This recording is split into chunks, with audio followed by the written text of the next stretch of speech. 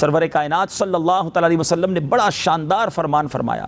آقا فرماتے ہیں کہ اگر کوئی بچہ اپنے والدین کو محبت کی نگاہ سے دیکھے، اللہ تعالیٰ اسے حج مبرور کا ثواب عطا فرماتا ہے، مقبول حج کا ثواب عطا فرماتا ہے۔ ایک صحابی رسول نے عرض کی، حضور وَإِن نَذَرَ كُلَّ يَوْمٍ 100 مرة، حضور اگر کوئی 100 بار دن میں دیکھ لے، ماں باپ تو گھر میں ہی ہوتے ہیں نا۔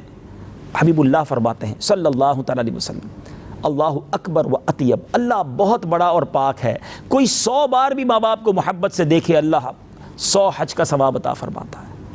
سوچئے ناظرین، ذرا محبت سے دیکھو تو حج کا ثواب ہے، خدمت کا تو عالم کیا ہوگا، دعائیں لینے کا عالم کیا ہوگا، مگر یہ ذہن بھی تو بنے نا کہ ہمیں خدمت کرنی ہے، ہم نے دعائیں لینی ہے، یہ ہماری جنت ہے۔ جی ہاں، احادیث کا مضمون ہے ماں باپ ہی تمہاری جنت ہیں اور ماں باپ ہی تمہاری دوزخ ہیں، یہ راضی ہیں تو رب راضی ہے، مگر یہ مائنڈ سیٹ اب دور ہوتا جا رہا ہے۔ ماں باپ بوڑھے ہو جاتے ہیں، جب ان کی انڈرسٹینڈنگ پرابلم ہو جاتی ہے، یاد رکھیے گا جب انسان کی ایج بڑھتی ہے نا تو سمجھ کم ہو جاتی ہے، لسننگ پاور کم ہو جاتا ہے، وہ سنتے اونچا ہیں، وہ بات سمجھتے مشکل سے ہیں، اور یہی باتیں آج کل کے نوجوانوں کو تکلیف دے رہی ہوتی ہیں کہ امی تمہیں تو سمجھ ہی نہیں آتی، ابو آپ کو کتنی بار بتاؤں کہ یہ بات میں نے کہی تھی، آپ بار بار ایک ہی سوال کرتے ہیں۔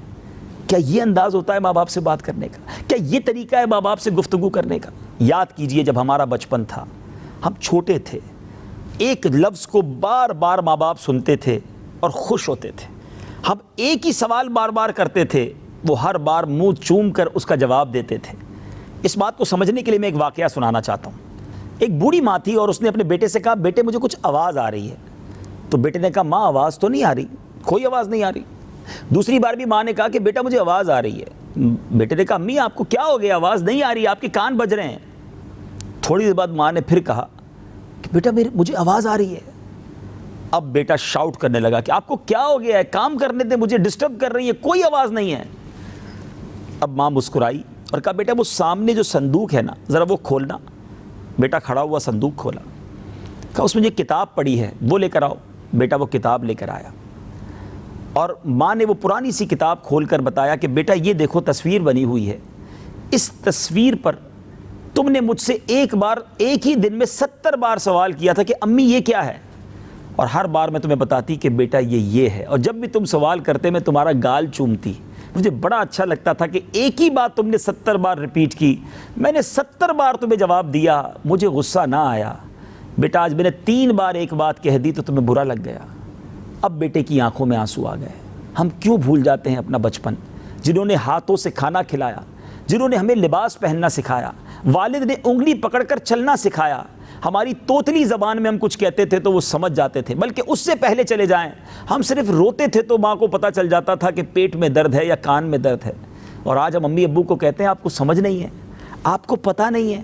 ارے ان کو وہ سب کچھ پتہ ہے جو ہمیں بالکل نہیں پتہ، لیکن خدا را ان کے بوڑھے دماغ کو، بوڑھے دل کو دکھی نہ کیجیے، انہیں اس عمر میں تکلیف نہ پہنچائیے، جتنی دیر وہ دنیا میں ہیں انہیں خوش رکھیے، ان کی دعائیں لیجیے۔